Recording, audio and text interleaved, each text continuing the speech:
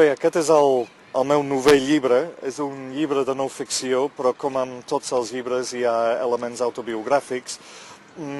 La religió és una cosa que des dels 14 anys que mai no he arribat a entendre, soc ateu gairebé per disposició pròpia, natural, i volia explicar la meva desil·lusió amb la religió. Jo havia estat creient abans, a nivell personal, però també volia investigar el tema de la religió i mostrar 4 coses. Si el llibre ha arribat a una tercera edició, és gràcies gairebé exclusivament als lectors, és a dir, al boca-orella, perquè, bàsicament pel ritme de vendes, etc.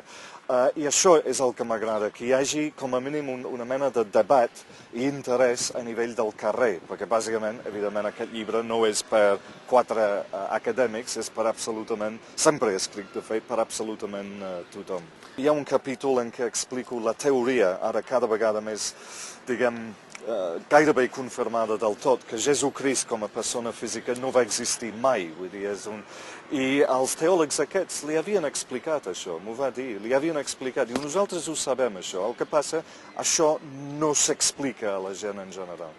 Que autors com per exemple el Lluís Anton Baulenes, la txeca Mònica Skostová, han anat a diaris barcelonins gairebé demanant o insistint que si poguessin fer una ressenya d'aquest llibre, i sempre els han donat una resposta negativa, cosa que em suggereix que alguna raó deu haver-hi perquè no volen una ressenya formal. Les ressenyes no venen llibres, no és per això, és però poden engegar debats seriosos sobre aquest tema, i sembla que és un tema que ningú vol debatre. Els musulmans han estat molt discrets amb aquest llibre, i fins i tot els debats més interessants que he tingut amb creients han estat amb creients musulmans. Els creients cristians, sobretot catòlics, bàsicament diuen no tens raó, perquè no pot ser que Jesucrist no va existir, etc. No? Vull dir, ho tenen clar, mentre que els musulmans, curiosament, són els que estan més preparats a debatre seriosament.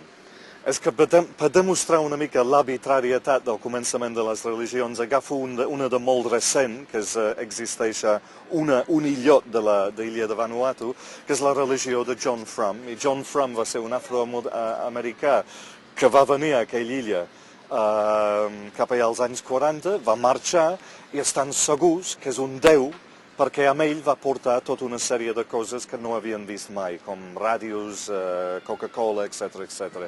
I doncs ara estan sempre esperant el gran retorn de John Frum. I és una de les religions més recents actuals.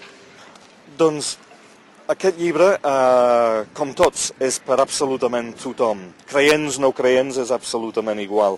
Si serveix d'alguna cosa, aquest llibre m'ha canviat la manera de llegir els diaris i mirar els telenotícies, perquè només amb la investigació que vaig fer per aquest llibre vaig aprendre tantes coses sobre les religions que ara veig les notícies relacionades amb creences religioses d'una manera completament diferent.